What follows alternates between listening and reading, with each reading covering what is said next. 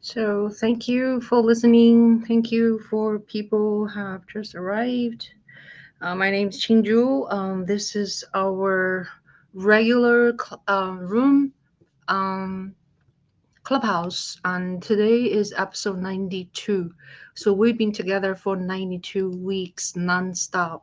I am right now talking to my friend on Clubhouse. Also, I am live actually on YouTube and Facebook.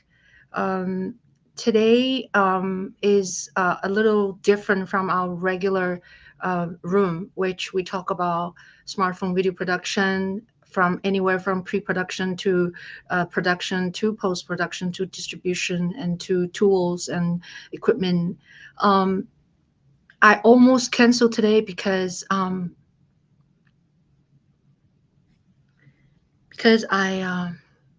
lost my brother, and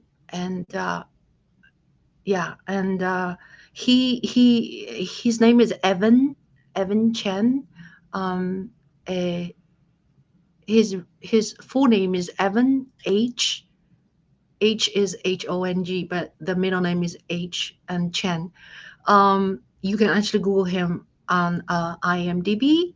He wrote music for theaters, for TV series, and for movies. So I thought it's relevant that we can listen to some of his music and talk about how we can get music for our project, for our film and video. And I am fortunate enough that many of my videos I use his music. It's copyright free. And in my Young Gun Diary, my latest project, this piece is called "It's Not Too Late." It's a piece he wrote a long time ago with another artist, the singer, and so I used his music in part of it in my film. So yeah. Anyway, so welcome to on people on stage and people off stage. Hey Mark, how are you? Hey Chen, how are you? Good, good. So I just played. Oh, 我很好，谢谢. I just played a piece written by Evan, my brother. I just explained. So what happened was he went to Shenzhen. Shenzhen is a city in south of China. It's like a very progressive a city close to, I think, the port. And he went there to do a lecture or some kind of a educational musical thing. And then he arrived there on Tuesday, and he died on Tuesday night, like in hotel. We still don't know for sure why he died. Their prediction is he may have high blood pressure and then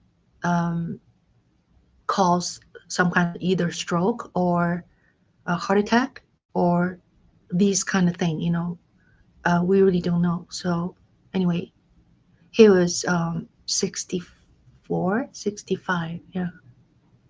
Anyway, I'm so sorry, Cheng, and as I said before, and it's just that's too young, too damn young. So yeah, that's heart is with you and your family right now, and it's a little bit heavy, and it's not easy. It's not easy. I lost a brother, as I think and it's never there's never a good time. So was he old? He a little younger than you, or about the same? He's older. Yeah. Yeah. Okay. Yeah. Yeah, but still, that seems too young, really. Mm-hmm. Right. Yeah. So, what do you think of the music, Eric? It wasn't what I expected, which is kind of cool. I'm so used to associating your family with classical style music. honestly, it's not my personal favorite style, but I can totally see it working for your credits. And yeah, I mean, and it's cool that you can use somebody's music that you know personally. I always prefer to work with musicians I know when I'm doing soundtrack stuff, and it's always much more gratifying to have that collaborative aspect rather than just licensing some stranger's tunes, which we do also, Yeah. So yeah, I thought it was cool. Right. And yeah, he's like, I know he's done a lot, but then I dug into, a lot of his things just for past 2 days, and then I saw his IMDb credits. I'm showing it on right now. If you are on YouTube, you can see things I'm sharing with people. So I dug his IMDb, which is not updated. I don't think he updated himself, but his one of his credits is he's a music arranger for The Painted Veil, which is a very well done film. Have you heard of that? The Painted Veil, Veil. That Ching, did he work in China mostly or here in the States? oh, he lived in States for about 20 years. Wow. Yeah, and he went back to China, I believe, 2000. I believe, yeah, because someone just made a tribute. His musical partner. He was a manager for oh, let me just give you a very short spiel of who he is. So he studied the piano when he was really old, like he played the piano when he was younger, but not very serious. Then when he was 16, he became more and more serious. So he practiced 3 hours a day. So he became pretty good, and then got into the Shanghai Teachers College as a piano major. And then there he met someone who was a teacher at the Shanghai Foreign Institution, Foreign University, Foreign Language University, and he met a Greek girl, and then they got married, and then he moved to Greece in 80, early 80s. Then from there he came to United States. So he studied composition, piano, and then yeah, eventually became a pianist. From a pianist became a composer, and then eventually started to compose music, use MIDI, like Apple equipment, and he became very, very good. He's the only one is certified in China that he can use Apple and stuff, or very techy. He's very techy. So he wrote music for theater, like in Chicago. He lived in Chicago or Los Angeles. So he wrote music for Chicago theater, and he got like some kind of prestigious award called Jeff Award. And then from there, he sold his idea to Minnesota Opera in 1995. His story, so he wrote an opera with his synopsis. It's his synopsis, and then he had the lyrics with him. So he wrote an opera. It's called Bokchoy Variations, and I went to that premiere in Minnesota. Yeah, that was 1995. Yeah, and I'm gonna actually talk about. Do you guys know anything about rights?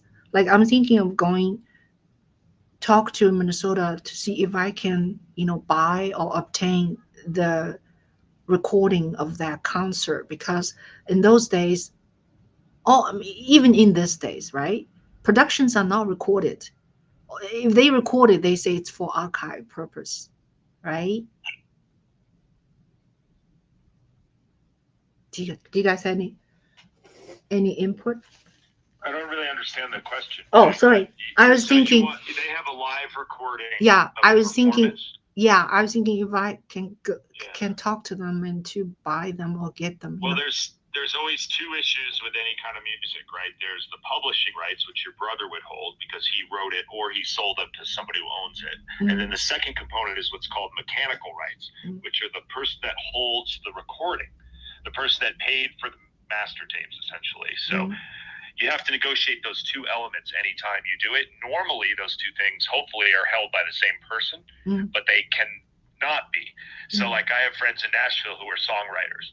They own the publishing rights to their music, but they don't own the mechanical rights. So when John Doe takes my buddy Vince's song and records it, they both own rights to it. And so whoever owns that, I would contact the symphony or whoever, I guess it's the symphony or the theater, and see if a master recording exists. And if it does, who owns it and who owns the publishing, which probably your brother still does, but he might have had a publishing deal with somebody. So you have to figure that out. It's it's a very mucky world. It's very tricky. Right. So, so he wrote the opera that I think that was one of the highlight of his career, and the opera theme is about love, about Cultural Revolution, about about I guess the story of himself is a main character, and how he went through, the Cultural Revolution, and also relationship between, a girlfriend with him, and how difficult those days, to cross the different class barriers, because our class, my brother's class, was like his father, which is my father, was people's enemy. And then the other girls' class was like, it's like it's like a Romeo and Juliet. The girl's family was not people's enemy, so they prevent them to be together and stuff like that. So anyway, yeah. So it was very personal story, and yeah. So and then he also wrote music for TV series called Crusade, Crusade. Yeah. So if you are looking at StreamYard right now, you can see I share the screen. Yeah.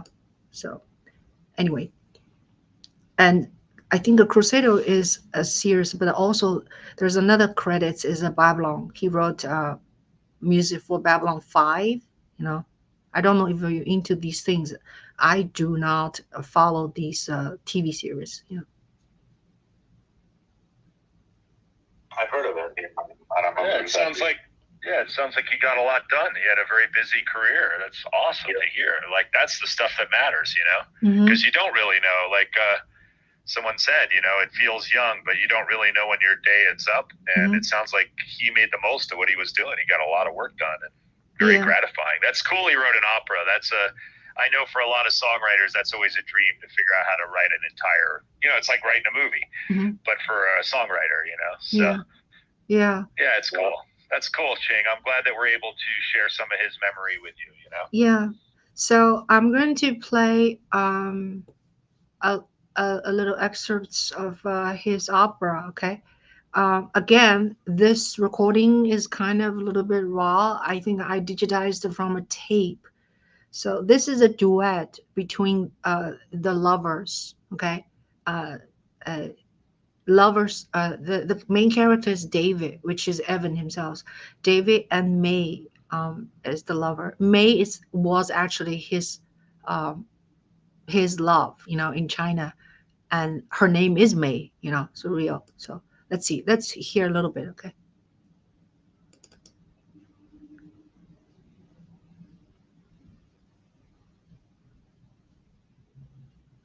It's a long pause, I think. Let me see.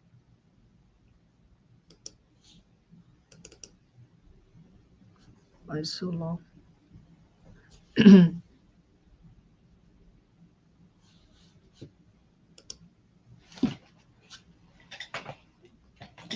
Okay, let me make sure my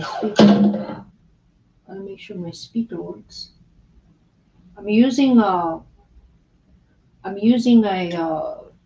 wireless speaker, and let's see, it was working earlier. Sorry. It's a little. Let me try to click another one.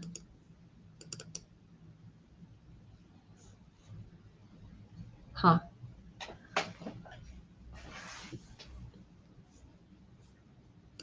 Not too late was working, right? Oh well, so I'll figure it out. Maybe I turn it off. Sometimes when you're charging something, it doesn't work, right? Let's see.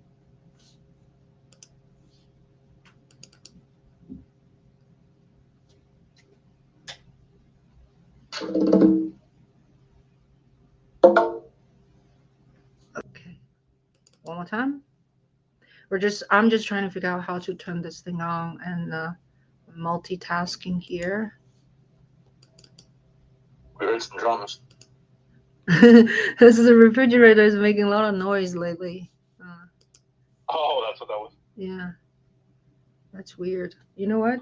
Wait, that conga sound was the refrigerator kicking on? I love it, man. You gotta sample that. No. Oh, right now this sound is very loud. It's like, why is it not coming out? Sorry. Um. Okay, maybe I'll figure out later. Yeah. So yeah.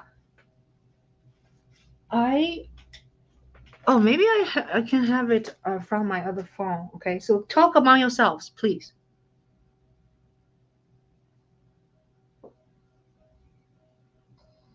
All right, I'm sorry I'm late. Hey, Mark. Mark, how are A you? really interesting thing happened when I first came into the room. I guess I was others in the room, and I had set my audio to go to my Sonos speaker. Huh. But as soon as I came up top, it went back to my phone, and I can't figure out how to get it back onto my speaker. Are you on an Android phone, Mark? No, iPhone. Oh, okay. Interesting. Can you explain? Can you please introduce to yourself, Mark?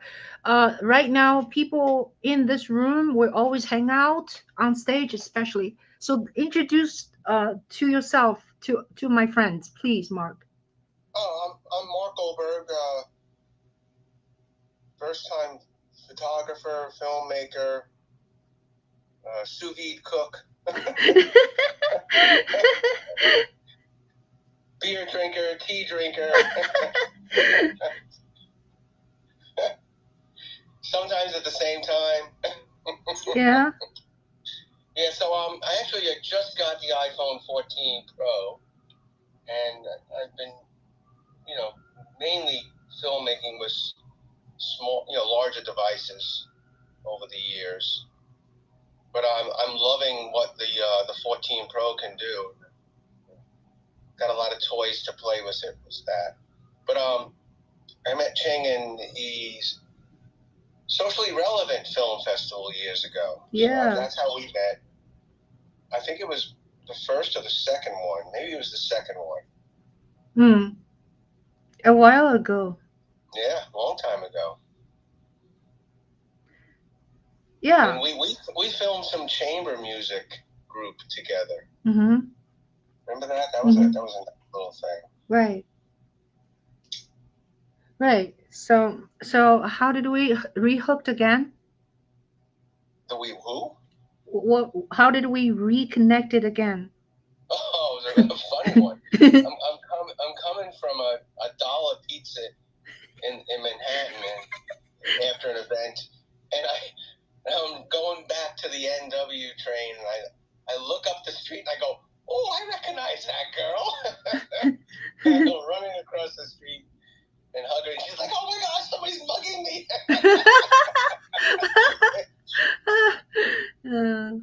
That was awesome. And then she recognized me. That's awesome. Yeah. That's awesome. So so Mark is are you call yourself mainly a photographer or you're a videographer?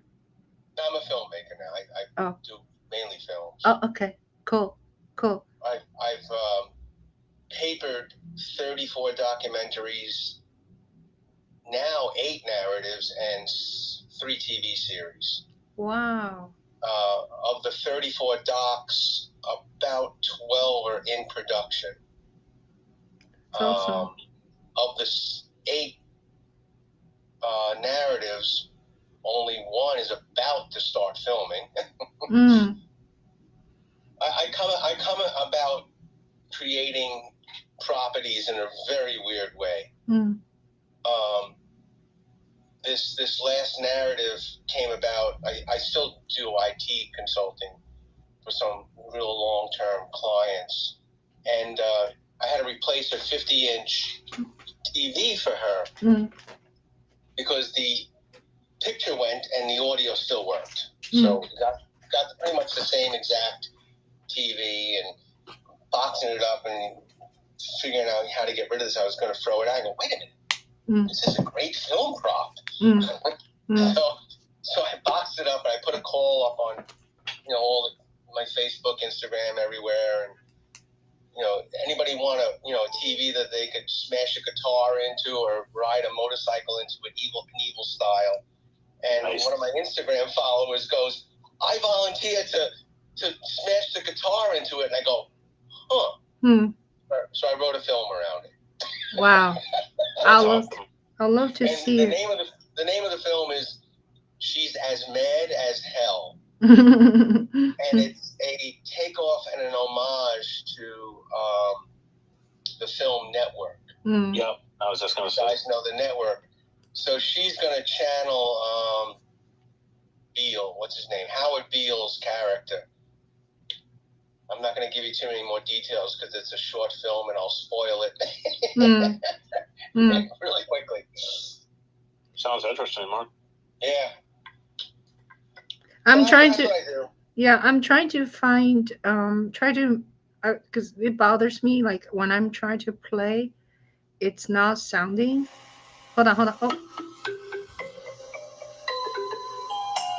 This is on my cell phone right now, so the sound. This so big, just beware. Win by luck doesn't count. Hard to take back your word. Anyone can take a hand. You'll pay with your pride. That's not a winner to me.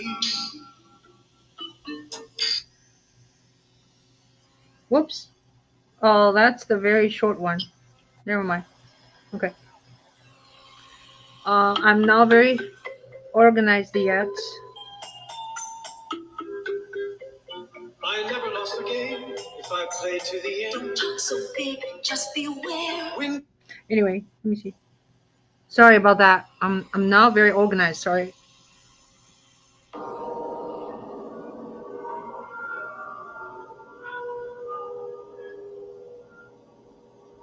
Yeah. I don't really like the sounds. Too teeny, too small. So I'll fix that some other time. Anyway. It sounded pretty good though from what we heard of it. Oh, thank you. Yeah, there's one excerpt. It's only 30 seconds for whatever reason. So I'm going to get rid of that. Remove from playlist because it's very confusing. Yeah. And so he did that. Evan, I'm talking about my brother, Evan Chen, who wrote music for theater, for TV, for movies. I don't know if you guys have seen the movie Painted Veil. Have anyone seen it? I've heard of it. Yeah, The Painted Veil is a very artsy film. Actually is, let's see, directed by John Curran, Curran. And the leading man is like quite famous. What's the leading man? I'm trying to look. Cast. Anyway, the leading man is like, oh gosh. I'm looking at this. Yeah, he did a lot of he's one of my favorite actor actually. So I'm sorry, I'm terrible. I just couldn't find the name. Edward Norton. Oh, thank you. Really? Yes. Yeah, Naomi Watts, Edward Norton. Yes. You can leave up the lookups to me. I have a real computer now. We have a lookup nerd here. Thank you. Yeah, like I couldn't remember people's names. Oh, Leah Schreiber was in it too. Oh. Yeah. Yeah. Oh yeah, there's a lot of cool people in here. Yeah. Diana Rigg was in it. Wow. Wow. Yeah, if you have access to this film, I would recommend you watch it actually. Not because Evan. It's like one of these drama, this was done 2006. It's like about, what is it about? It's about love story, right? A British medical doctor fights a epidemic in small Chinese village while being trapped at home in a loveless marriage to an unfaithful wife. Very deep. But the cinematographer is amazing. Yeah, amazing.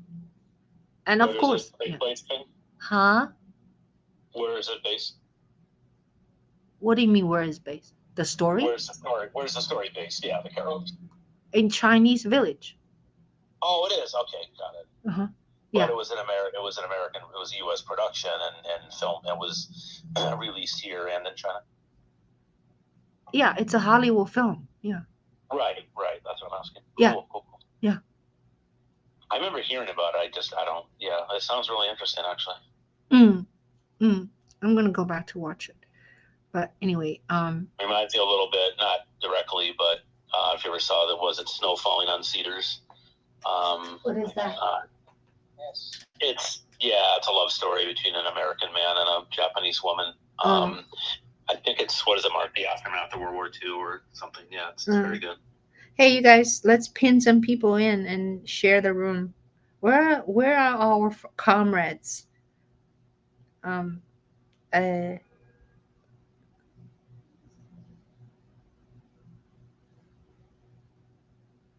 just pinging, so that's why I'm silent. Yeah. Okay, share. Yeah, so let's talk about, how about, do you guys have anything to say how you find your music? Like when you need music for your project, Mark and Eric, and how do you go about it? Well, And P as well. I'm friends with a lot of composers, so I've actually immediately, when I told one of the composers about She's as Mad as Hell, he chimed in, boom, I'm on board.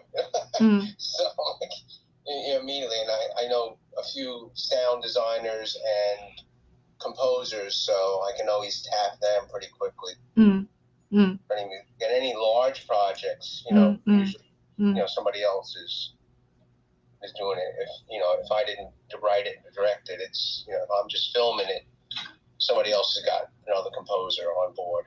Or they're using, there's a few really good open source programs, and I can't remember the names of them, but some of them are really nice. The music that they can provide for you. So what are the other guys using? Yeah. P.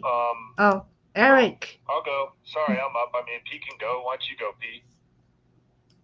Oh no, I'm sure you have something much smarter to actually say. No, I mean, I've been, obviously when I work in music, the music's built into the project, right? If we're doing a documentary about a band, then we use their music. I've produced original music quite a bit. When I did my mountain bike TV series in the 90s, at that point, we didn't really want to pay all this money and headache to license and spend all that time. So I just brought 3 or 4 guys into the studio every couple weeks, and we would lay down a bunch of instrumental stuff. That was super fun. I love doing original music. As far as there is some open source or Creative Commons licenses out there, and there is a Free Music Archive, which is a great... Oh, crickets. Sorry. There's a great resource there, the Free Music Archive. It's a little... it's not easy to get through. Like, it's not organized super well by genre or anything, but I found some nice Creative Commons tracks. Creative Commons is a agreement with artists that say as long as you credit generally my work, you can use it. And so people put stuff out all the time, and that can be nice. Like when I do the Forest Service videos and stuff when I'm out with wildfire, I'll often tap into the FMA and check out what I can use there, just because it's very easy. There's no licensing issues. It doesn't get flagged on the automated YouTube and stuff. And then the third, obviously, is the most expensive, where you do hire somebody to make music. But I kind of work in a realm of a lot of musicians. So, like, I did a film about a painter who does live music. the bands were more than willing to work with me directly to license some music, and then we created original music for the film as well. So that's always my preference. Create it originally. Sometimes it can be the least expensive route compared to like licensing a big film. But I'll tell you a really quick story about the Rolling Stones. Everyone's heard of them. So we made a film about Leftover Salmon, this band I've worked with for years. They're our Americana Jamgrass band. And I put together a documentary about their first 15 years. And I had their very first song from the stage of Telluride Bluegrass, which is a major festival. One of the most beautiful views from the stage I've ever seen of looking at the mountains. And it's an incredible place, Telluride. Anyway, the band comes out and they cover Painted Black by the Rolling Stones. And I put this 16 millimeter film from one camera and a master tape from the recording truck back in the back in a box. And a couple years later, I'm pulling all this stuff together. And I pull this out, I transfer it all. I'm like, oh my God, I love this. It's incredible. It's raining out. The band's doing this insane cover as their first tune at a bluegrass festival. Like, really amazing. And then my producer and I go, oh my God, it's the Rolling Stones. We can't afford this. Well, we call our lawyer. We have an M&E music and effects music lawyer, like helping us with licensing. It turns out her office just did a $3 million deal with the Stones in Brazil. So we got the Rolling Stones tune for $2,500 for our DVD project, which was insane. It should have had at least another 0 or 2 on that. And they loved it over there. So the reason I tell that story is it's a fucking circus trying to license music. It's what you can get. If you know the artist directly, you can get stuff donated. If you don't, you can get totally jacked around by somebody who's small. While like the Rolling Stones, when they came back with that number, it allowed us to license a couple other cover tunes very easily. Because I could go to them and say, hey, you're not the Rolling Stones, and this is what they're charging us. So there's a lot of games, and that's the trickiest thing. It's very hard to navigate. If you're doing a major feature and you have a budget, or a documentary feature, I really recommend hiring a rights lawyer. They're going to help you navigate a lot of that, especially if you have big tunes in the thing. Otherwise, make your own music. That's the best. Right. How about P? You have anything to share? Well, I hire people or beg people to work for free rather, because I am making nano budget things with no money. And my producing mentors said not to start solving problems with check writing, but to build a team. And music is such an instrumental part of storytelling that, they feel it's important that I seek out and find people who can do that, who, have my own similar sensibilities and are an integral part of the team, versus kind of an afterthought to like, oh, let's get somebody. Because again, I'm doing nano budget work, right? So yeah, I hire people, and because music clearance can be, it is a nightmare. It's above my pay grade, and it would consume all of the, it would consume a lot of funds that it doesn't necessarily need to, because again, new artists, right? So, yeah, there's so many people out there doing great work, good work, new artists looking for an opportunity to grow and build that, I reach out that way. Wonderful. Consume a lot of funds and a lot of time, right, P? Yeah, I have a relative who used to work in the music industry, like for real. And I know for a fact that it's a thing. That they wait until you break the rules and make some money, and then the lawyers come out. Nobody comes after you before the fact and says, oh, if you do this and this and this, you're going to have to pay me money. Because they're not going to spend money warning you that you might have to pay them money. But one of Berry Gordy's favorite tricks was to just sit back and let anybody use his music illegally.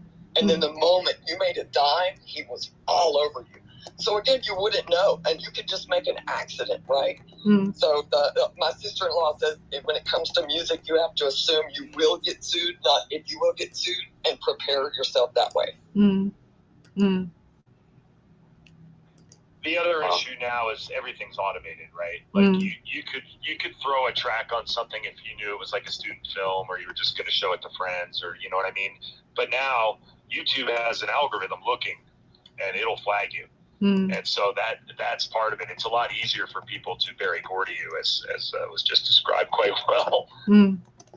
Yeah. I've shot 3 different music videos, and I've actually gotten flagged for the music of the group that I'm filming. I had that happen last year too with the Sweet Lilies. Like, what do you mean? We worked it out, but yeah, for about a week, the YouTube video was flagged. We put it over on Vimeo, and it wasn't a problem. But yeah, isn't that weird? You're working with the band; it's an official video, and you still get flagged. Yeah, it's their music. It's it's them playing. Yeah, YouTube can be very strict. Yeah. Well, I have a question. This is my first time working with composed music for a film. You know, all the stuff that I've done has been docs. How do you go about doing it? Do you send the composer the script and have them write around the music around it, and I at least get an idea of what they're going to be writing? Or do you film it and then work with the composer that way to have them compose to it? Well, I think that's the choice. Oh, go, Pete.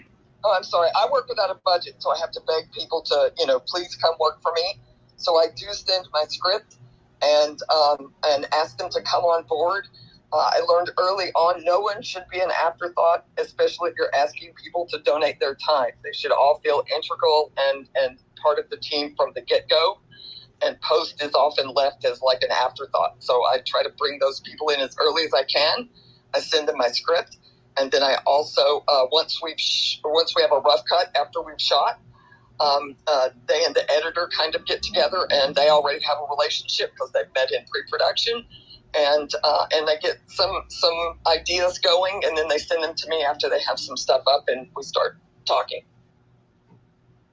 Cool, thank you, P. Well, I think that's a great point. That if you can bring your music folks in early, it really helps move things along together. But I've also seen composers come in on projects at the very end, and they're just zipping up the sort of the atmospheric. They're not like the major themes of the movie, and that can be amazing too. But I kind of am with P. If you have the ability to at least bring your music supervisor or somebody who's in really early and they're engaged, and that's going to help funnel it down and make the end product better. Well, Lewis came in like before we even started finishing the script. Of like, gave the ideas of this scene, this scene, this scene, this scene, this scene, this scene, this scene, and so immediately I already put his name on the website. Music composed by. So even before we're in pre-production, so he's already on board for that. So I was just wondering about the technical way of going about marrying the music to the video. right.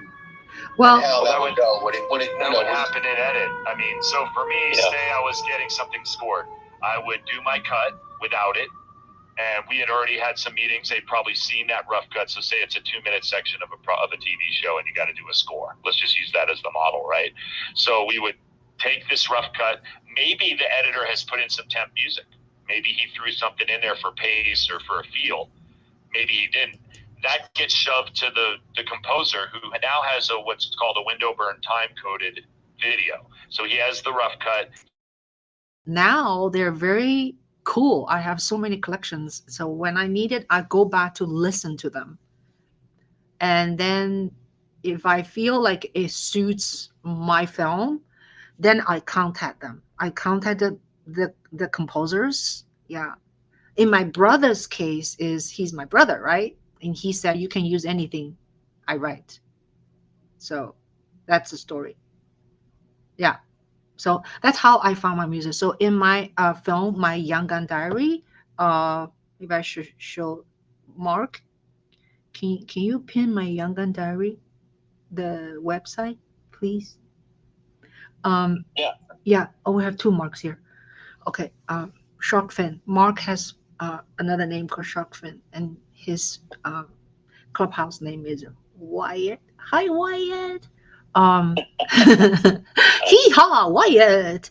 So Shark Fin Tech is my YouTube channel. Yeah. So what was I saying? I now? finally heard the term shark fin used outside of you yesterday on the BBC. I didn't realize it was actually, there's a term for, it's a finance, right? Like it's a finance term. Yeah, that's true. That was part of the idea too. Yeah, it's a trading pattern. Yeah. Oh, really? I did not know. I never knew that until yesterday. I almost forgot about it until you mentioned it. I was like, wait a minute, they're calling shark. And I went, oh, now it all comes together why you have that nickname. Thanks. Well, somebody nicknamed me that about 30 years ago. They started, call me Mark the Shark. It just kind of took off. So you're right, Eric, that the shark fin also relates to that too. So it's like a double entendre or whatever. Hey, one thing I did want to mention to people, and it's already been mentioned by P, is that music is so elemental. And one of the things, working so closely with musicians on music projects for so many years in my career, I really realized that music and film are very similar expressions,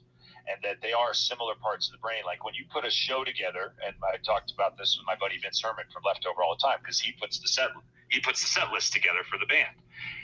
That telling the story or the arc of the show is the arc of the film. And a guitar player, he plays melody, he plays loud, its volume, its color, its style, like all those things sound like photography terms, right? And so they're very, very parallel. And that's why when you mat the two together, the visual with music in the right way, and you pick the right track, like Ching knows exactly which one in that 400 to go, oh, I know exactly which composer I need for this. It's super powerful. So really, like, stay on top of your music. I love music in my projects, whether they're about music or not. I think it's such an important part, and many people kind of overlook it. So don't overlook it is what I'm saying. I think it's such a great part of filmmaking.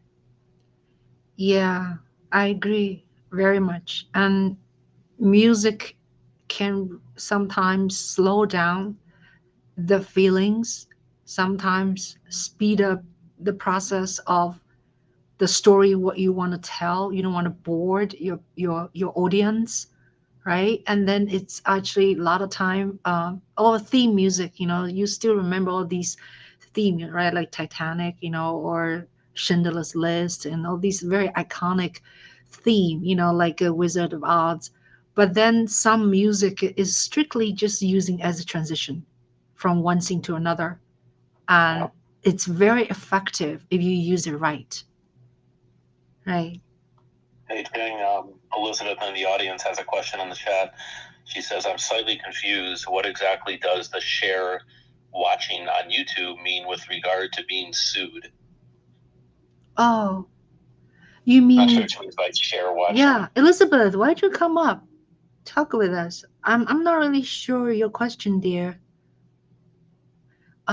Yeah. Yeah, tell us more, dear. Hey, hi, Elizabeth. How are you? Hello. Your mic is muted. Oh, I'm so sorry. Hi, everyone. Hello. Yeah, go ahead, please. I was just a little confused when you were all talking about being sued for. Well, what I do is sometimes when I post something on my Twitter account, I add a little piece of music from YouTube, and I just wondered whether that was that was legal and about being sued regarding. Well, what does that share button mean if you're not allowed to share the music on YouTube? Do you understand what I'm asking? They've got the share video underneath the video and the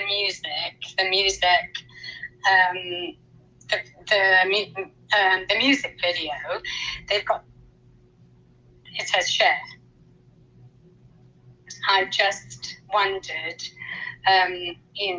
why it's there if I'm liable to be sued for sharing it. Well, you're not the producer of that video, are you? Or if you produced it, then you should have some arrangement with the band they should give you the blessing. So, like, for example, I did a video with a band last summer that got flagged. They got on their YouTube site and said, this is okay. And then Yeah, you sharing something that's already on YouTube isn't your responsibility, unless you are the producer of that without the licensing of the music for use in your project. Does that make sense? Okay, so I get that now. Okay, thank you. Thank you for clarifying that, because I just wondered whether I was allowed to do it or not without being sued.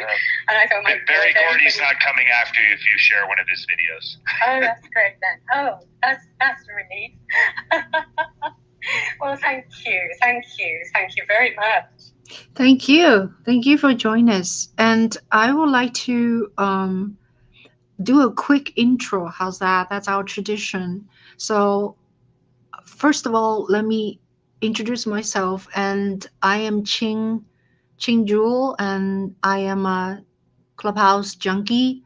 I'm on Clubhouse a lot, and since 2021 March, I would say. So now a year and a half time, I have met so many wonderful people, including all of you on stage and some off stage. And I learned so much from you. And so this room has been together, smartphone video production has been together for 92 times nonstop every Fridays. So thank you for contributing to the existing of this conversation about filmmaking, smartphone filmmaking, and many subjects related to this media.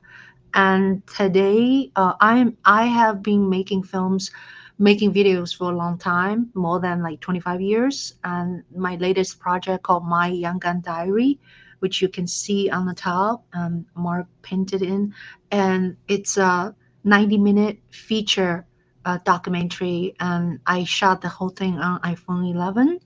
Now the film is on Tubi, Tubi, Tubi TV, and it's free platform with advertisement. So advertisement is very limited. Actually, I saw twice. It did not bother me because it's not very long ads. So I welcome you to check it out, my film. And in the film, I used Evan Chen's music at the very end, the credits, which I played earlier. It's a bebop, not bebop, R&B, kind of a jazzy, kind of freestyle. And today we talk about Evan Chen is because he is a composer, producer, and very talented musician, and he's my brother. And used his music in many of my videos and in this film, My Young Gun Diary. And he suddenly died on Tuesday. It was like a sudden. We still don't know for sure why. It could be, heart attack, or could be, I don't know, stroke. We don't know. So it's been incredibly sad and busy. I've been on the phone with people in China for the last 2 days. It was like nonstop. Yeah. So I thought we can still talk about music, talk about video and film, and pay a tribute to him. And actually, right now I am also on YouTube channel. Right now, you can see me and you can see Evan. His photo is on the screen. And yeah, so just know your talking is recorded and it's on YouTube. Anyway, so my intro is too long. Eric, please. Hi, everybody. Most of you kind of know me. I'm Eric Abramson. I'm a Colorado-based filmmaker. And let's see, most of my wheelhouse in that realm is in music. Quite a bit of it, concert films, documentary content in music. Occasionally we do music videos. They're kind of coming around again, which is fun. When I was a camera assistant, I did a lot of those. It was the last couple years of MTV actually having music videos. Really loved doing those. They were so much fun. It was rock and roll. We had a lot of good times. Anyway, my other career is in wildland firefighting, and recently I became a public information officer, which is a role within the command group that handles all the information. So I get to make some video and stills content. We do social media. We do public meetings, live streaming. So it's been really cool to combine both of my careers into this one thing. And it sort of has taken over my summers and falls. So it's been nice. November today. I'm not doing much other than being on the smartphone and some laundry and watching the snow come down here. It's very much winter where I live. So anyway, that's me. I'm happy to help. I got a lot of knowledge early on in my career, most of it from one DP who promised that I would hand it off when other people wanted to know. So I'm super here to help. My opinion is just one person. So if I can help you, great. I'm sure I'm going to learn from a lot of you too, which I always do. And I really enjoy carving out this Friday morning for me, or late morning, to hang out with you all and see what people are up to on all levels. So that's me. Thank you so much, Eric. And it's very strange right now. When I try to share on Twitter, it says Twitter cannot be shared right now. So what's going on with Twitter these days? Twitter is going down the drain. Is what's happening. Really? It's all a lot of implosion. Huh? Mm-hmm. Hi, Johanna. Hi, my love. I'm here to really just give you some love and to learn. I am sending you so much love through all this crazy mess. Thank you. I'm so sorry. Thank you, dear. All right. So, according to the PTR, let's P. Would you like to tell us who you are and give us an intro, please? My name is P. Woodruff. I'm a Los Angeles-based handicapped filmmaker. I'm and I have my friends make films out of necessity. And just here learning. Thanks for having me. Thank you.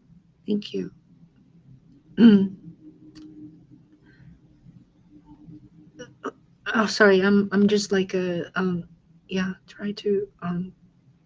try to look at the screen when you're talking. Nobody expects you to be able to breathe today. Yeah. I think I'm next, Chang. Yeah. Mark, your turn, Mark. Yeah, and take it as long as you want, Chang, with anything. We're here. We're not going anywhere, and we're here for you in every way we can. So know that. My name is Mark. Second Mark, along with the Mark below me. But two marks are better than one, right? Anyway, I'm a tax reporting specialist and the financial services sector, and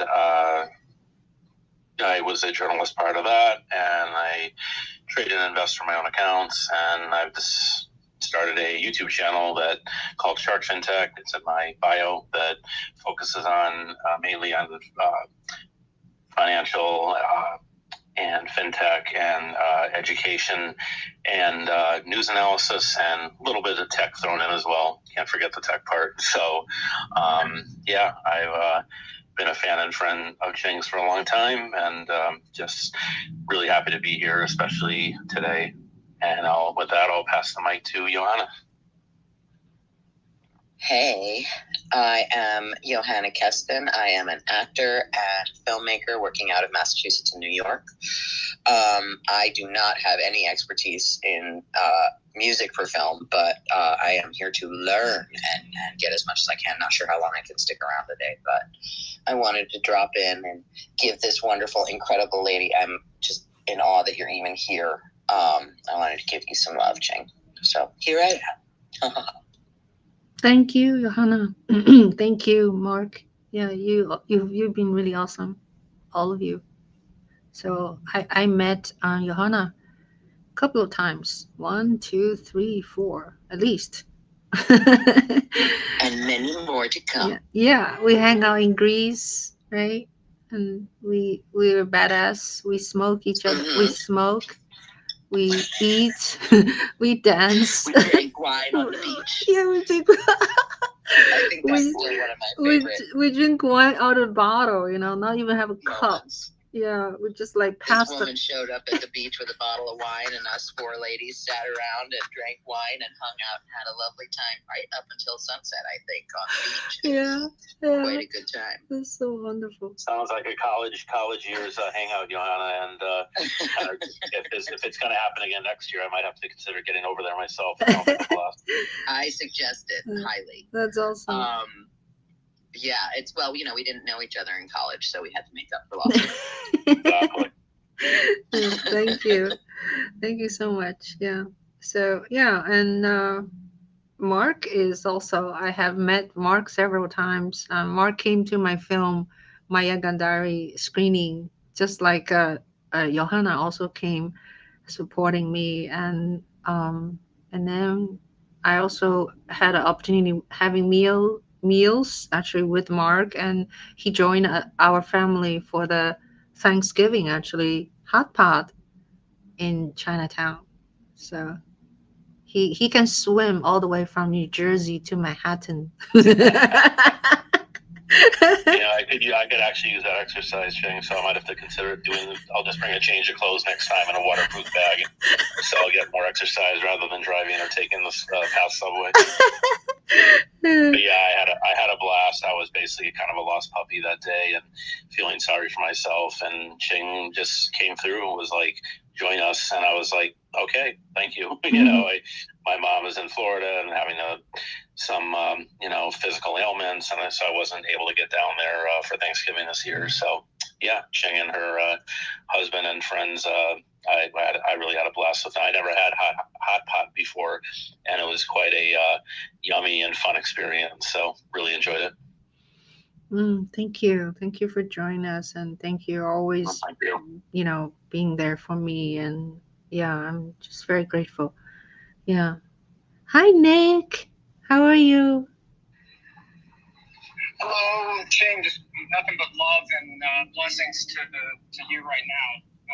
So definitely, I'm gonna add on. I have no idea how you're running this room, but grateful you're doing it. And my name's Nick Leachy. I am a director and producer out of Atlanta. I got my start in the radio industry, putting together digital content for the online sites for CBS Radio. A lot of small concert footage, some live events, and then moved on to doing sports. And so that advertising and just about everything else under the sun. So mainly here because I have made so many mistakes during my career that I want to make sure you don't make the same mistakes I did. So other than that, I'm here for love, laughing, and companionship and all that other fun, sappy stuff that everyone talks about. Thank you. Thank you, Nick. Nick has been always supporting this group and supporting me, and really, really, fortunate to have him.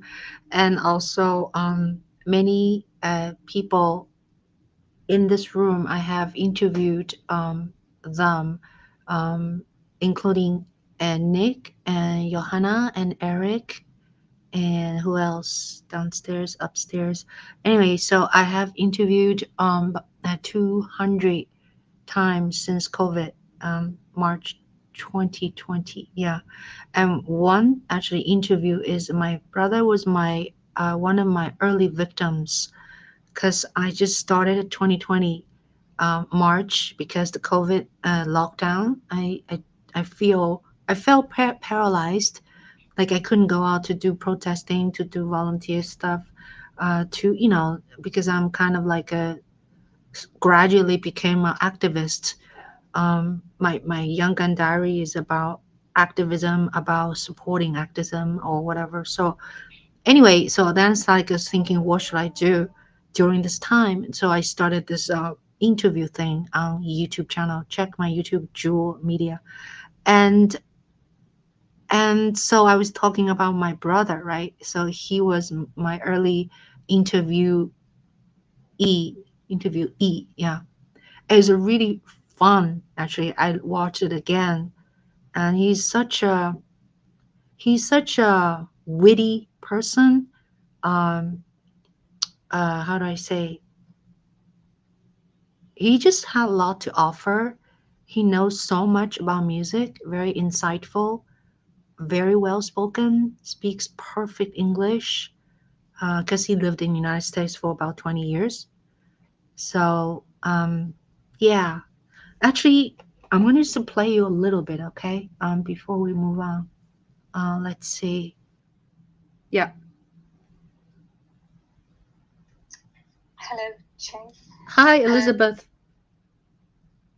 Go ahead. I just wanted to say, I think what you're doing, tribute to your brother, and I feel a bit emotional saying it, but I wanted to say, well done you for staying so strong. Thank you. Yeah, thank you so much. And this is not easy, just because you know, I guess no death is easy for anyone. I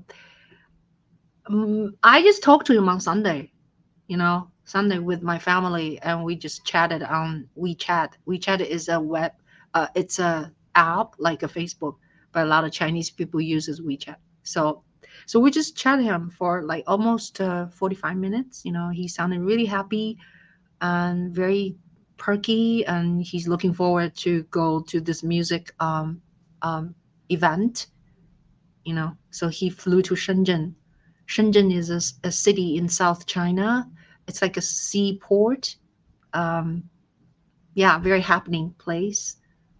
And he's supposed to talk to actors and actress. They're doing some kind of a theater festival. So they invite him to go do a musical, what do you call, training, I guess. Yeah. So, yeah. And then he's about to do the training at 3 o'clock, and they they called him at 1 o'clock p.m. They called him, and the phone is not answering. So they went to his hotel, and then they knock on doors, and the door was not open, but they can hear music inside, because he likes to play some kind of music when he's sleeping, like Tibetan music or something. His wife just told me. So they hear the music on the iPad. So anyway, they went in. They is the organizer, and had a cleaning lady went inside, and then there he was. He was gone. Yeah. So I was just like feeling like mixed feeling. One is, what if I have never talked to him in the last 4 weeks?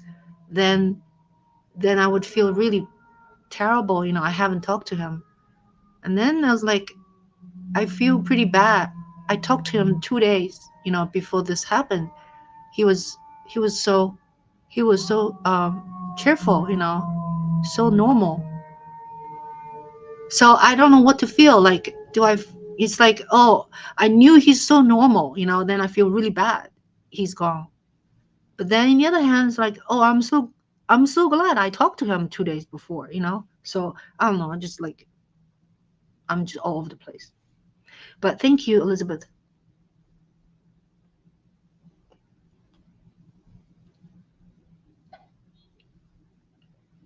No, I can 100% relate to that part of that, Ching.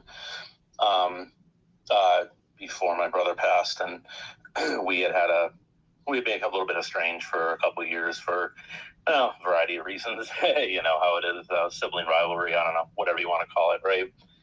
But yeah, I think things happen for a reason. We kind of got together at this, I think OGs, rock and roll OGs like Eric and Nick, and maybe Johanna and others might remember it. It was they called it the Bob Fest. It was basically a giant concert at Madison Square Garden. I think it was October 1992. Yeah, I can't believe it's been 30 years, but anyway, that's what it was. And it was a tribute to commemorate Bob Dylan's 30th, the 30th marking of his record contract with CBS Records. He's still going now, which is insane. But anyway, so now it's like 6 years. But and so they had all kinds of John Mellencamp, very diverse, eclectic group. Sinead O'Connor, famously or infamously. Oh God, I can't remember half of them. Tom Petty, some members of the Rolling Stones. It was insanely good. And anyway, he met me there for that. He was still going to college and up in Massachusetts, where we're from. And it was just a great. So glad that it happened. I don't know how I would have felt if it didn't happen. He bought me a beer. That's kind of what you know. He had just hit 21 or whatever. So yeah, it was like, I think it was at that point, not only did we have the chance to reconcile, but I saw him more as you might say as a young man instead of as a kid, So it was really good all around. And then he passed. He unfortunately died about just over about 3 months later. But so it was, I think it was meant to be. I don't like to get super, religious or anything like that. But so yeah, what you just said really touched me about that you talked to your brother as recently as Sunday, and you got that final chance to talk to him instead of it having been a long time. And didn't know what was going to happen any more than I knew my brother was going to go. But at least you have something to as a final conversation to hang on to. Yeah. Thank you for sharing, Mark. I know it's hard to talk about losing your loved ones, and also you only have one sibling, just like I am. So that's very tough to deal with. And yeah, and also this whole thing, we don't think about. Actually, in Pittsburgh, when I was visiting my son, and just this time, and there is a very beautiful famous cemetery near his apartment. Actually, it's like maybe, I don't know, 7 minutes by car, very near. I visited that cemetery. Maybe I'll Google again. I don't remember the name. It's like super famous. It's beautiful. So when I was visiting that cemetery about a year ago, I really I told myself that I should come to cemetery like once a year or twice a year, because when you walk in that cemetery, you feel it's like really green, very beautiful, but then very sad also, in a very special way. And you will tell yourself, one day I'll be here. You may not be able to afford there, that's a famous one, but still, we're all going to be ended there, right? So you really need to think about that, and then to appreciate what you have now. Am I making any sense? Yeah. You talking Trinity Cemetery in Manhattan, Ching, where Alexander Hamilton? In Pittsburgh. It's in Lawrenceville. Oh, sorry. Yeah, maybe you can Google Lawrenceville, in Pittsburgh. Anyway, yeah. So hey, Darian is here. Hi, Darian. Hello. How's everyone? Oh, we're good. So have you been reading the articles on the cure for aging? What article, dear? Sorry. There have been some new articles that are coming up that they believe they have found the cure for aging. Really? Oh, I'm serious. Yeah. That's scary, though. Yeah. Yeah, they're saying that they can reliably de-age mice. Oh, wow. Is that a good thing? I don't know if it's a good thing, but it could be a thing that says maybe we don't all end up there in that cemetery that you were mentioning. Maybe that's maybe. Maybe we extend, but sooner or later, I think. Yeah. But if you think about, the cycle of nature, right? Sun rises, sun goes down, because the earth is circling around, I guess. And people were born, and then people die. And it's like the nature, right? Trees, the leaves. Circle of life. Yeah, the trees falling down, and then trees, blooming up and become green, and eventually, the season changes. So if we think carefully, only that makes the world more interesting, actually. Otherwise, if it's all daylight, can you imagine if it's all daylight? 24 hours, all daylight. That would be pretty boring. But I don't know. So You know me, I'm a science fiction guy, so I would want to live in the all daylight world. You do? And live forever, yeah. No. Yeah, I did not Come want to on. be in Canada. I didn't want to stay in Canada with Canada has like Montreal is really beautiful, right?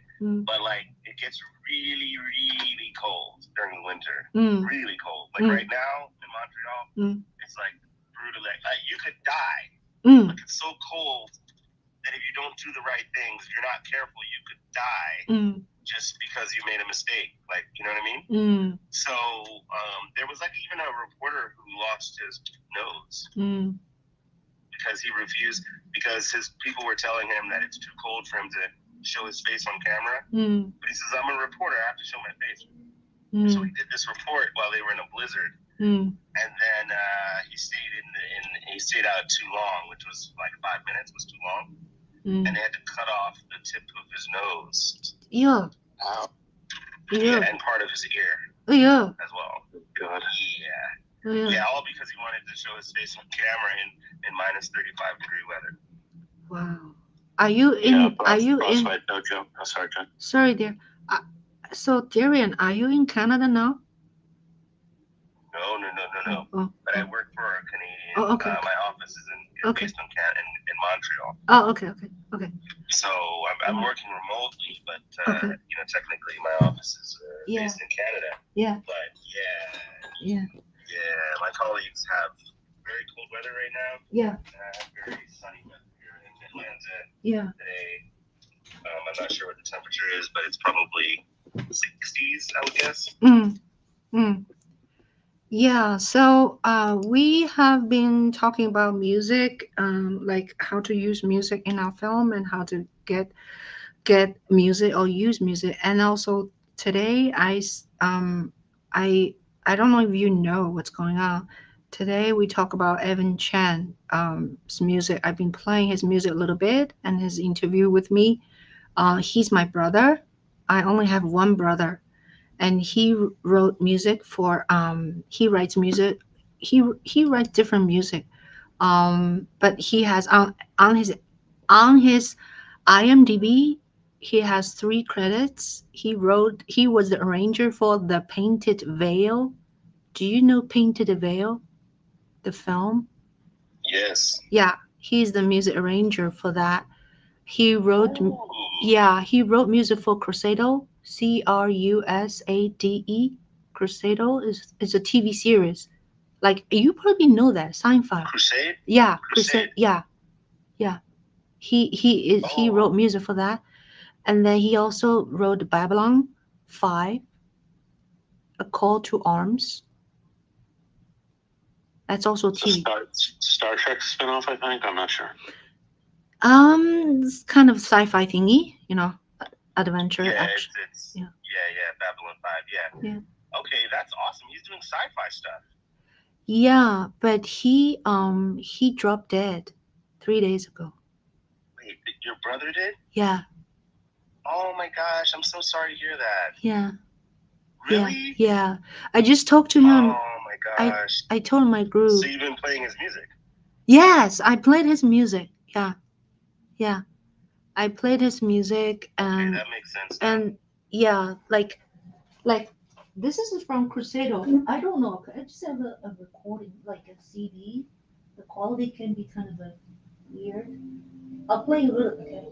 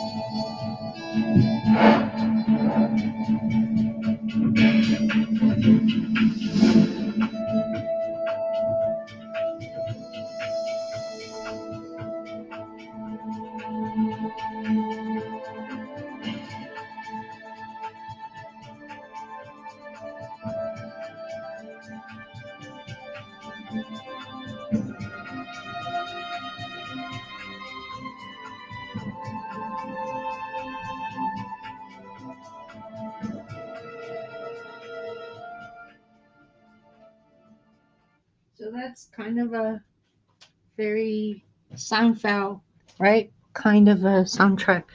And one of the I told our group earlier, one of the achievement, he was commissioned by Minnesota Opera in 1995 to write an musical style kind of opera.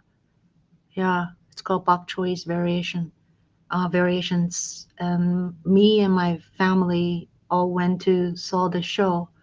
And in those days, they just recorded as archive, so there's no image. But I have some excerpts on my phone, and the recording quality is not very good, Yeah, so I need to find out like how to trace his work.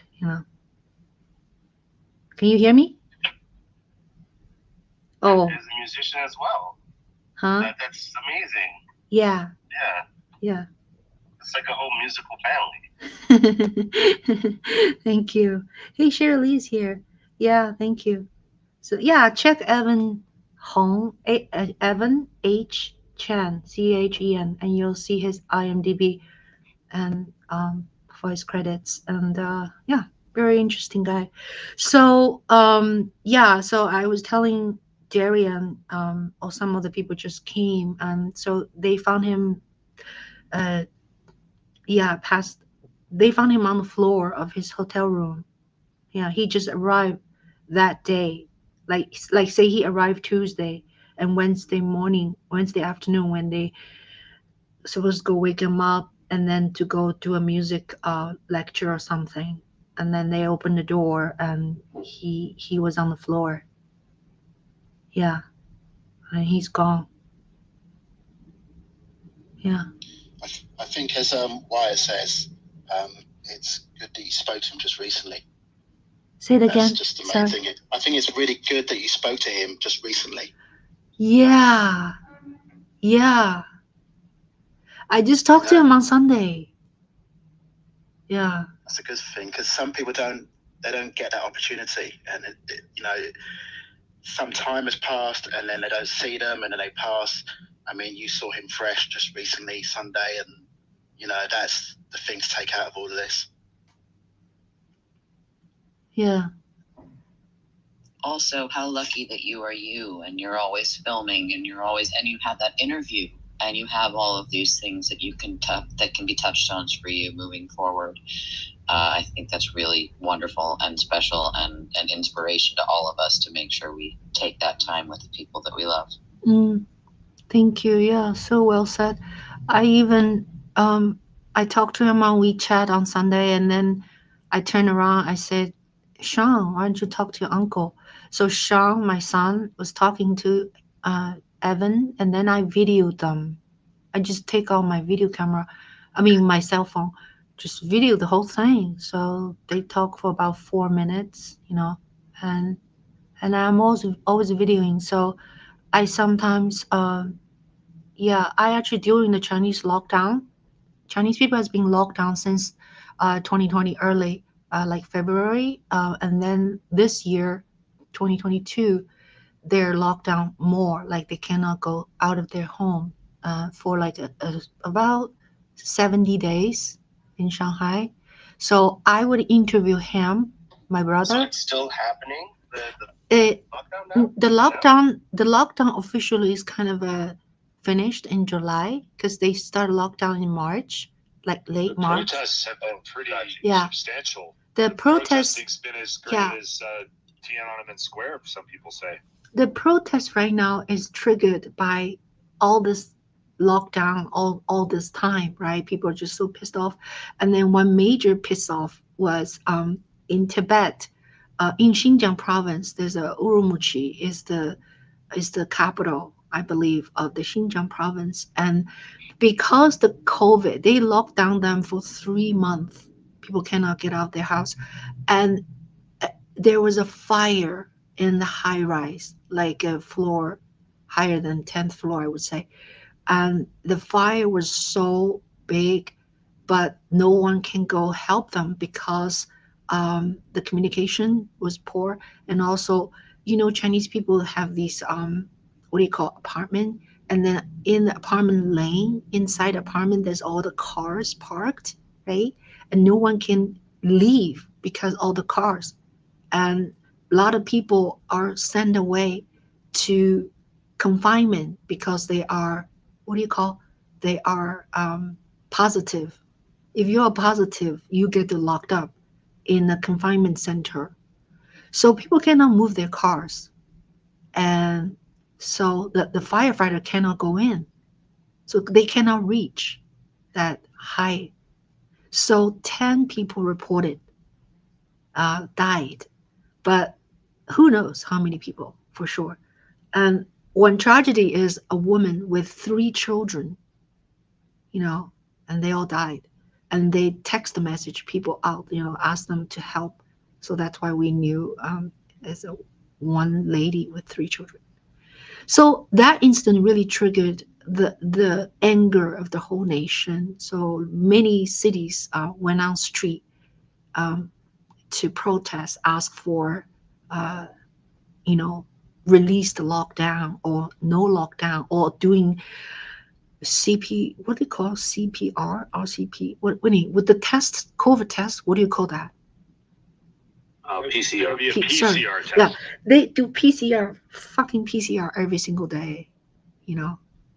If you need to go to a concert or you need to go to the school, you have to show your PCR is negative. And so every time you go out to do anything, you have to have your phone. Everyone's phone has an app that shows you are negative. Then you can go in. So like my brother went to an event, a concert. He does not have his current, like yesterday's or today's the test result. Then he could not get in. So people protest also that, since they like stop having them do the test every single day. So what if you don't own a smartphone, Chang? Are you just screwed at that point, or how does that work? Yeah, if you don't own a smartphone, you're in luck. But on the other hand, you almost cannot live without a smartphone. Yeah. So anyway, the reason I said that is because I have been interviewing people in China since they locked down. So some of the episodes are about my brother, so I can find many of them are recorded. Actually, it's under Ching Juhl. I have 5 Clubhouse club. One of them just my name, and under my name, you will see. But a lot of interviews are in Chinese. But anyway, so I'm just echoing Johanna saying that I'm always recording, always interviewing people. So yeah, so in a way, it's good that there's memories, yeah. Or I'm just always documenting things, and so there's something to go back to visit, yeah. But Ching, you also have his art, right? I mean, you have his art, you have his music, you have access at least to some of his music, and the art never dies. We pass, and that cycle creates the space for us artists to exist and thrive. And it sounds like the interview with your brother, that sounds like what I love, that part where he talked about the musicians being good chefs, and how he was just kind of finding the links in the world, the connections into radically different things, and he sounded like an absolutely brilliant person. I'm just like, yeah, that's an interview I definitely have to see.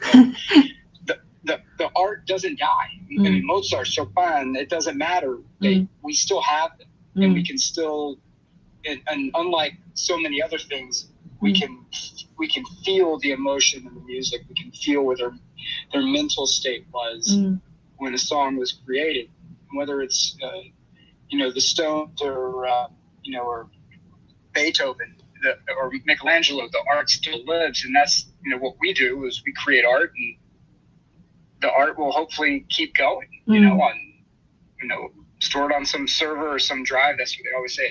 It never goes away. But it's just such a blessing that you have, you know, the interviews with him, and then, you know, his music and so many other things. And that's why we are artists, right? We create something to pass on. I don't want to live forever, you know, but I hope that somehow, some way, some little piece of art that I create keeps going, you know, sort of like a little lantern in the sky, you know, just let it keep going. Yeah, you definitely leave legacy. Yeah. I was just going to say the old word, legacy. Right. Right. Thank you, Nick. Yeah, it does remind us, right, that these things that we do need to do them now, right? Because you don't promise any more days. So, anything that you feel that you're kind of passionate and thinking about doing, you might as well just do it. Because, you should just go ahead and do it. Yeah, that's right. Hey, let's welcome Shirley. Shirley, how are you? Good morning, Ching. I am just listening to your story, and my heart goes out to you. I'm really sorry to hear about your brother. I know you had posted the other day on that, and it's a tough one. It's pretty heavy, and I'm so glad though you got to speak with him on Sunday, and your son got to speak with him. That is just those are precious moments, and very amazing that you were able to capture that. So I just agree with everyone that just spoke. Definitely, you have your friends here. We're listening and care for you, care for your family. So I really just, as a genuine friend and as a person, you are awesome, Ching. I'm so glad in my life I got to meet you. So glad that you have the heart that you have, that you share your stories with everyone. And I feel very blessed to have come across your path, and that we had lunch at the Italian restaurant up the street from where you live. And my goodness, I just hope that we have in the next moments of our lives that we'll get to do it again, and keep looking forward to those moments for everyone. I wish the same for everyone. Thank you. Thank you so much, Shirley. Yeah. I think it's a wake-up call once in a while, right? We all kind of know, like, it's a kind of cliche. People say, oh, you know, you'll never know, you know, you're not going to live forever, you know, but we don't really sink in often enough, you know. So this is a kind of wake-up call, like, you know, and what does it matter, you know? So I sometimes have been thinking about my possessions, you know, like I look at my stuff. I would say, can this go? Can this stay? Chinese saying is 可有可无. So when I go shopping, I look at this item. Do I really need this thing? You know? And then the third thing is, I would think about, I say, what if I die tomorrow? What am I do with this thing? You know? Is this like worth to keep it? Or do I think about whom I can give to this? Anyway, so I do think about these mortality things a little bit, not in a very heavy way, you know. But this is very real. This hit very real. So anyway, so at least like Nick said, right? And my brother did left a legacy of his music and his laughter and, you know, his wit. There's people in China now already formed a group on WeChat. It's called like Evan Chen, remembering Evan Chen, and people put all the photos, you know, articles, and what kind of things they'll share, you know. And there's a very well done post on WeChat, but it's all in Chinese. So the post was so well put together. It's an interview and with text and with Evan's video on it, and then with Evan's music on it. So it's a very, that was done in February this year. Yeah. So it's a very, very, very good document, and but it's not in English. So yeah. So I'm just saying.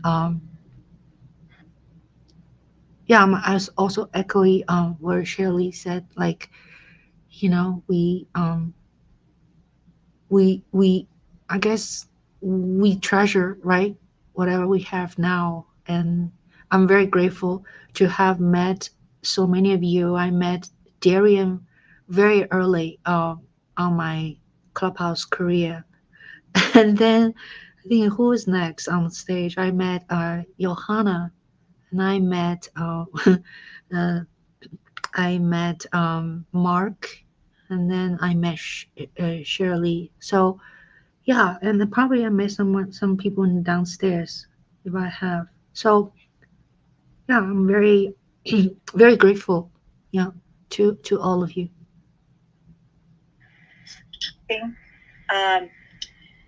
I was just going to say, because we're all creatives in this room, and there's something about death that in our minds we have a very interesting way of processing this emotion.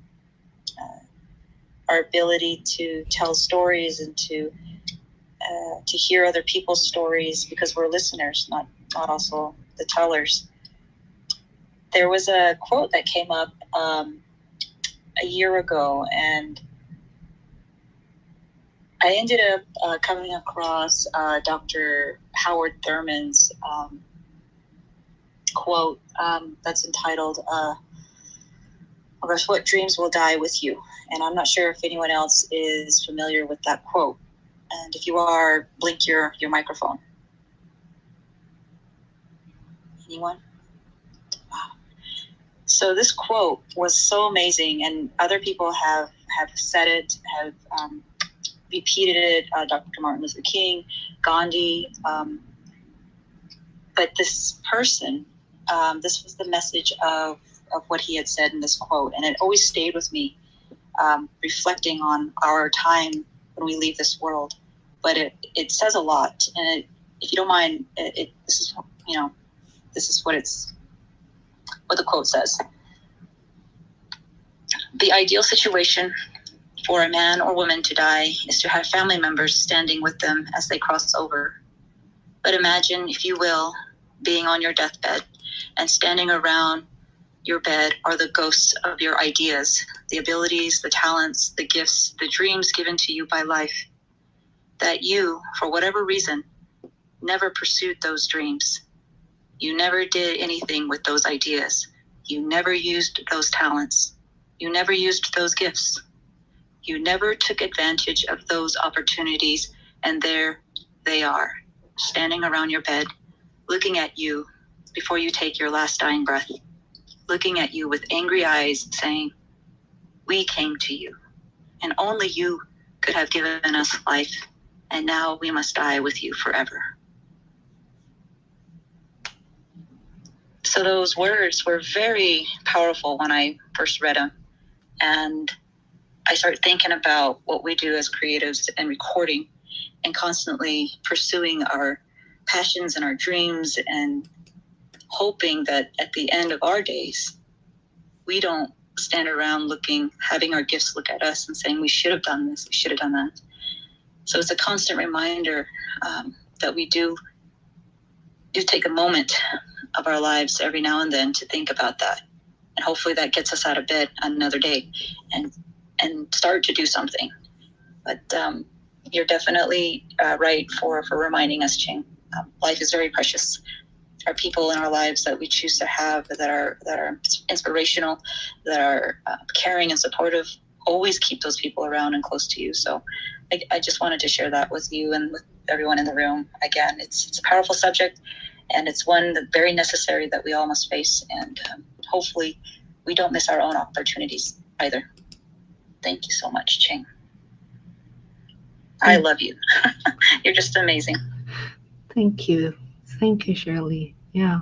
You're always so well spoken and you're so philosophical, but very touching and very how do I say just yeah, you're such a good soul, and I'm so fortunate.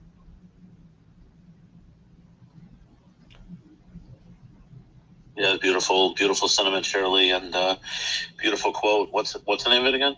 What dreams will die with you? Okay, thank you. And it's by Dr. Howard Thurman.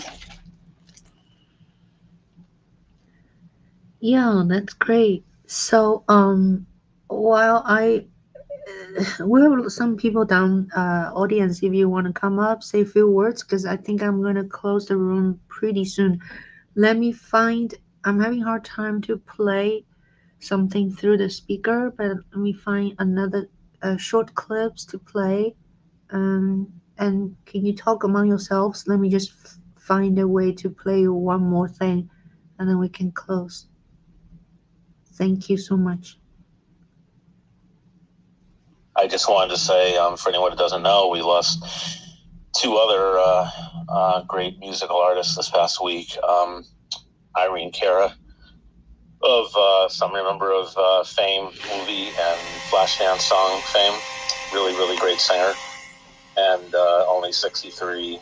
What is this that I hear? Stakes too high, I don't mind. Don't be shy, through your time.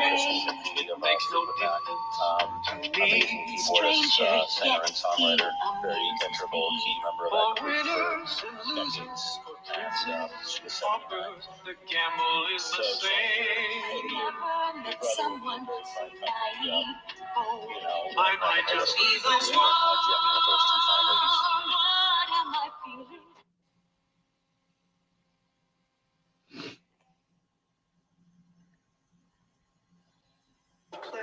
What is this that I hear? Okay.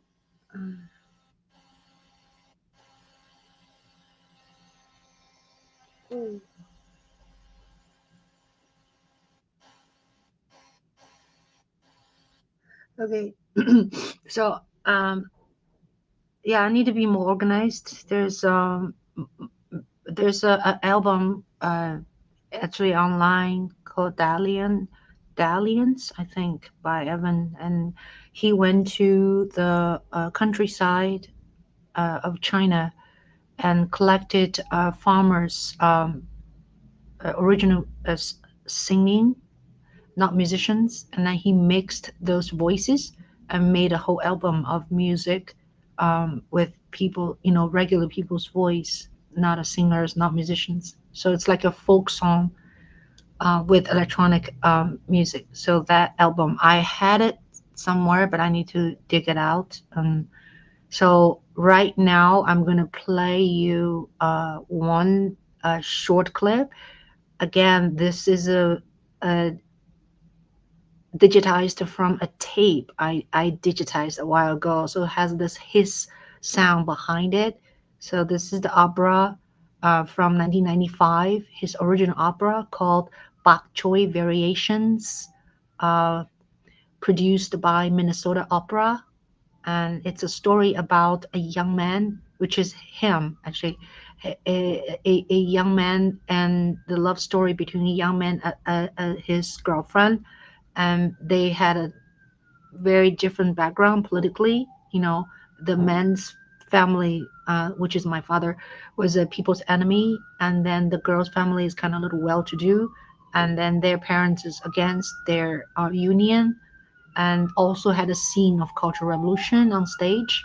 And it's a little bit like an opera, actually. It's a little bit like a musical, actually, sounding.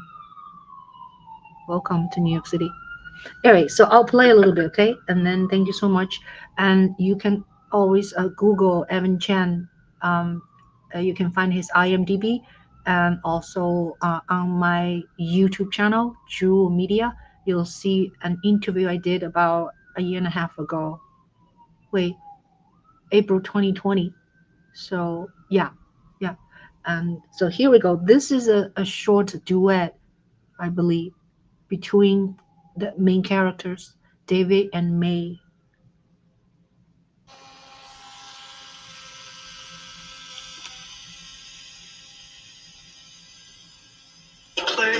What is this that I hear? Stakes too high, I don't mind.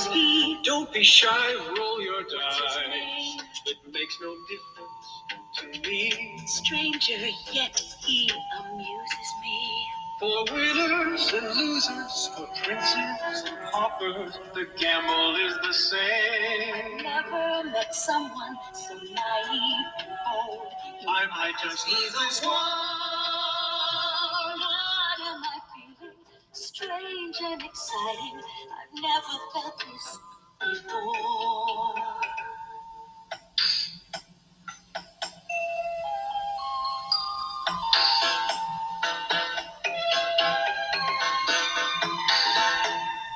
I never play a game. I know that I can't win. I will lose. In the end, are you sure? Yes. You're my match? Yes, victory. Don't promise too soon. Be prepared. Anytime, anywhere. No for winners and losers, for princes and paupers, the ball is the same. I've gone too far, no turning back. Let my wild heart begin.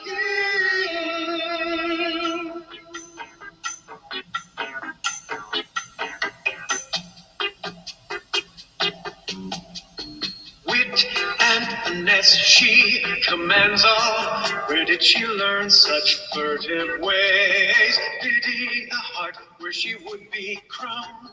Without a fight, she conquers all. If you give the world a voice, a million truths you'll hear. But no one can determine who I am, what's my worth. Love, it has no eyes, it doesn't hear. Just like the wind, it's free. Today it visits a slave, tomorrow a king. Winners and losers, but princess and paupers, love sings the same refrain. What am I feeling? I must be cautious. If this is a game, she wins.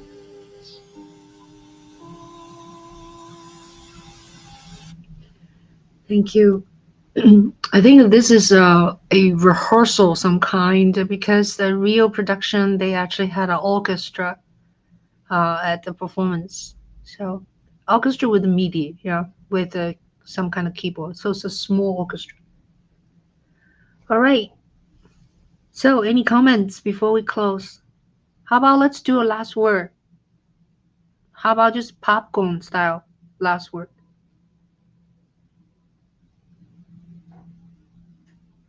Seize the day is what I would say. You know, this life is pretty precious, and that quote that was mentioned earlier definitely resonates with me, because these ideas and these gifts that were given us were meant to be shared. So it's wonderful to be able to share our creativity and to share our gifts, so that we're leaving something, a legacy to the rest of the world, and hopefully inspiring others long after we're gone. And I know that your brother has done that, because you know, I've watched Babylon 5 and I didn't know that his music was the music of a friend of mine. Maybe even I watched it before we were friends. So, and that's funny how small of a world that I probably was touched by someone close to you before even meeting you, Ching. So, so all the better reason to put your creative gifts that you have out into the world, because you actually are touching people, and the world is smaller than we realize. Thank you. Thank you, Darian. I don't think I haven't watched the Babylon 5. Now I'm gonna go watch it. Lots of spaceships. Yeah. I wonder where can we watch now? I'll check real quick. Okay. Anybody else have any last word? Just take care of your family there, Ching. It's a time of grieving. You got to let it kind of roll, and it happens for different people in different ways. But I'm really glad, like everyone has said, that your brother left some really beautiful legacy, and obviously was in his craft at the peak and making it happen. And that's a time to exit sometimes, you know, like it's good to go out on top. I hate to say that, but you know, sometimes you got bigger things to do in the universe, and you have to have faith that the universe is working perfectly, and I believe that it is most days. So my best to you and your family. I appreciate you sharing some of that with all of us. Little different vibe today in the room, but that's okay. You know, that's what virtual and real friends are for. So that's all I have. Do some good work this week, and yeah, stay close to your friends. Have a great day. Thank you. Thank you so much, Eric, for your support and friendship. And yeah, anyone else? Real quick, Ching, did you see in the chat that it's on HBO Max? Oh, really? Shit. Yep. Okay. I don't have HBO. So I have to go I have to go buy it. We're just gonna log in then. Yeah. I'll go buy HBO. All right. Anybody else? Hi, Jay. Real quickly, I just wanted to say, everyone, keep pursuing your dreams. Thank you. Thank you. I saw some of your Instagram. You're really rocking these days because you didn't really want to film yourself too much. Now I see you, Shirley. You're kicking ass. Oh, really? Oh, on the, man, it is so hard. I can't. I'm from a different generation. I cannot do constant reels and look at me. It's so bizarre. I tried. I actually was on a trip a few weeks ago in Alaska and Seattle and Portland. I was filming for a project, and I tried to say I'm gonna share with you what it's like, you know, and I couldn't. You know, it was so bizarre because I'm working. You know, I don't have time to. You'll just have to bring me. Here, you have to bring me. I'm working. Yeah. I'm recording. I'm carrying gear. Yeah. Going from airport to airport, schlepping 250 pounds Yeah. worth of gear with me, and I don't have time to tell you like what we go through in this business. So I'm not sure. I guess it's kudos too for those people that can do it, but then at the same time, I'm like, wow, that's insane. So I'm trying to do like throwbacks, like every. What's throwback? To say this is what I did like weeks at a time, but my goodness, every day, amazing stuff. But thank you. I'm gonna keep trying. But boy, it's tough. Yeah. And Shirley, just so you know, I don't think it's everybody's thing. I think it's even a minority of the people that are able to Minority. Just so that you know, to keep perspective that it's not just you that has that kind of thing. It is Agreed. Actually live the life, you know, and just do the thing that you're doing while you're doing it, and those who are able to multitask and do that, more power to them. But right. Yeah. I'm at this point where I'm like, I just need to hire someone to follow me because I can't do it. No, I'll follow you. I'll follow you. I'll be your behind the scene photographer. I'm gonna hire Ching on the next one for sure. Yeah, I did a gig that's Tuesday night. I did a gig filming an ensemble playing in Carnegie Hall, Wild Recital Hall. Not filming, sorry, taking pictures. So I brought 2 cameras plus my iPhone 14 with 3 lenses. So I was like so busy. I was thinking of filming myself a little bit. There's absolutely not possible by myself. So it's like I just did a short Instagram reel before the whole thing starts. So it was crazy. So Darian, I shoot with my Sony A7S with 200 lens. That I just stationary put it there. so I can shot from the back of the hall, because once this concert starts, they wouldn't let you shoot in, like close shot. So I went there as their sound check. So I have another Sony A7 III, and I shot with a 55 prime lens for a little bit, and then I shot with a 24 to 70 lens. In the meantime, every time I do these Sony thing, I shoot with my iPhone 14. Okay, so I double shoot. I just want to compare like how it looks like, you know. Ching, how did the A7 do overheating wise? Do you have problems with that A7 III overheating much? I hear that that's one problem. Oh, but I did not shoot video, so that's not a problem. Yeah. Never mind.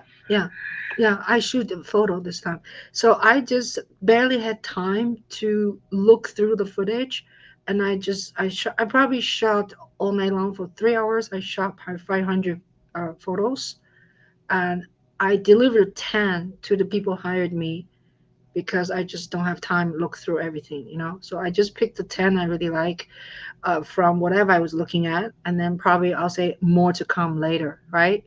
So, but it's beautiful. It's beautiful, and I don't even have time to compare how is iPhone 14 compared to Sony. I just absolutely have no time. Yeah, but anyway, so it's crazy.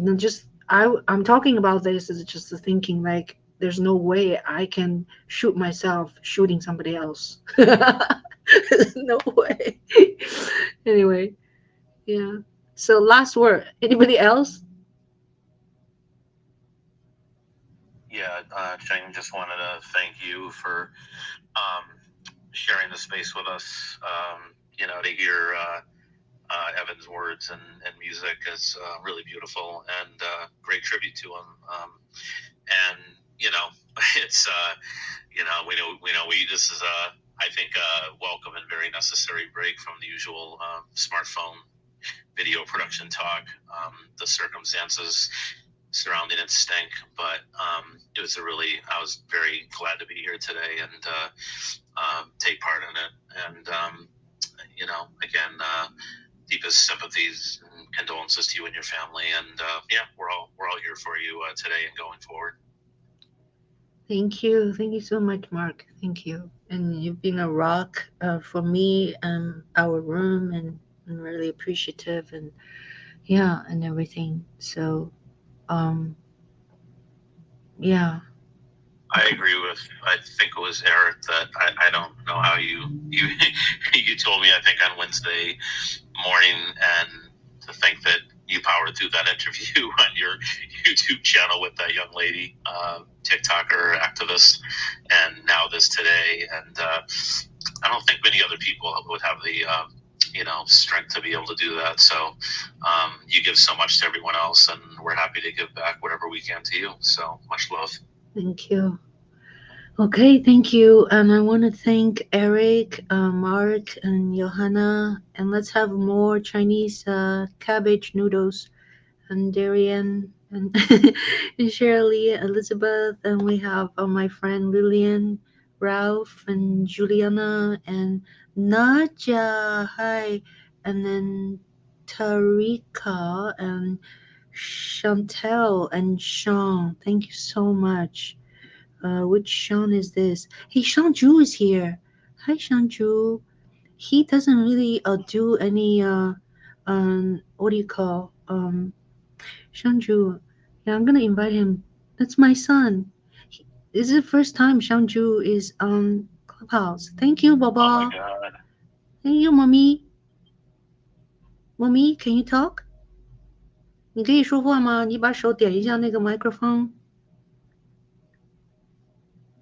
可以吗？ Hello. Hi, Sean. Oh, hi. 你在干嘛？ I'm just cooking, but yeah, I joined just to hear the Evan stuff. Oh, good.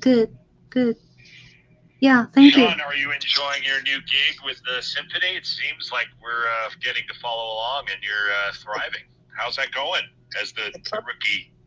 It's going great so far. Yeah, I'm still trying to learn the ropes, and it's just a lot of new stuff every week. But so far so good.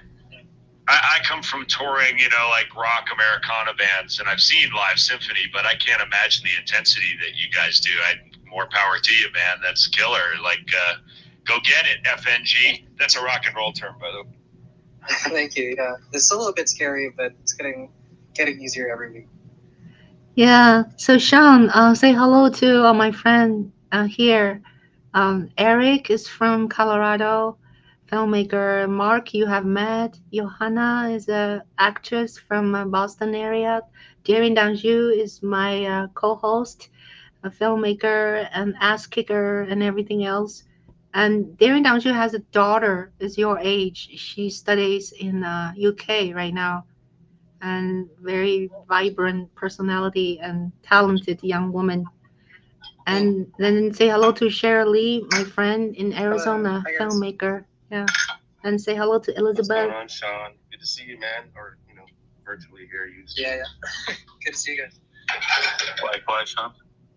Yeah. Yeah, Sean, I'll just say, just ask you to do a very, very quick intro. Sean is my son. He is a very good musician. He just got the gig after he graduated from Juilliard, and he now plays with the Pittsburgh Symphony Orchestra, which is like a top 10 orchestra in the United States. So she's the youngest member of the orchestra, and she is very lucky, and also she's very humble, and yeah, she's a good kid. Thank you, Sean. All right. Yeah.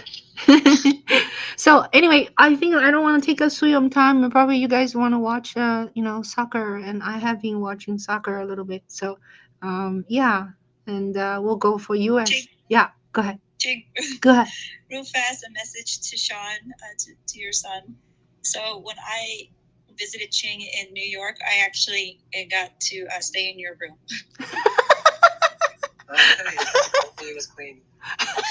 It was very clean. I saw all of your little displays in your room and music stuff, and it was nice. So now I feel you could also be part of my family. Great. Oh, that's so sweet. That's so sweet.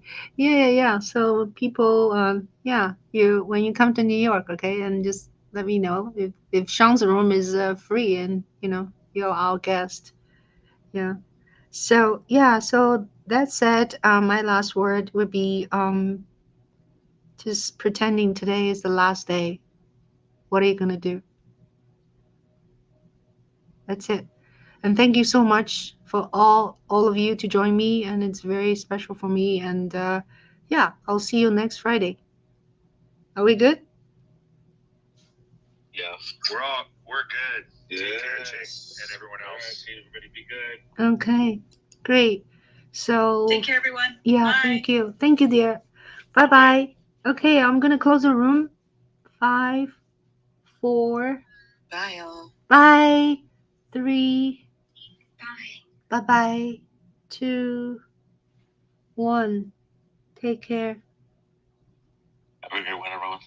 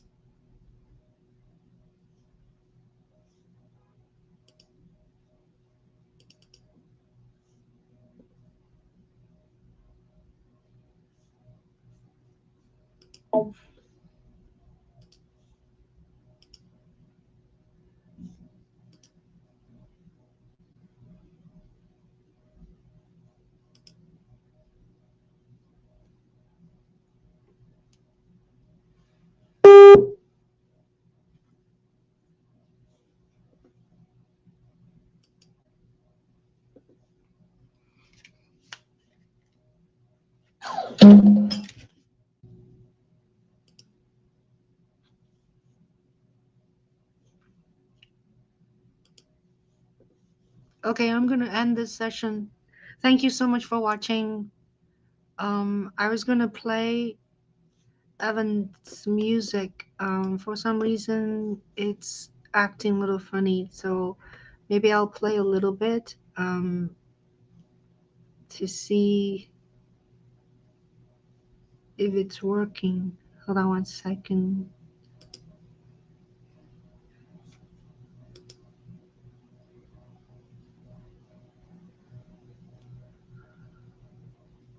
Oh, you know why? I think it's because I'm using the microphone StreamYard, and therefore the microphone on here is not working. Could that be a problem? So, but anyway, I'm gonna take this off and go back to a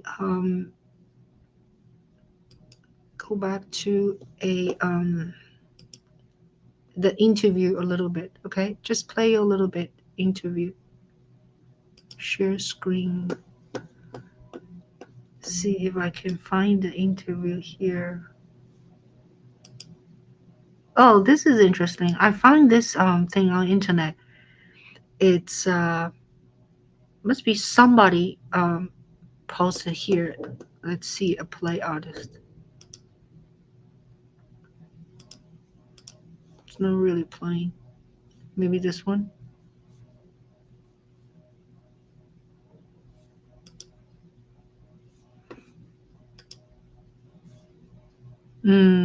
Okay.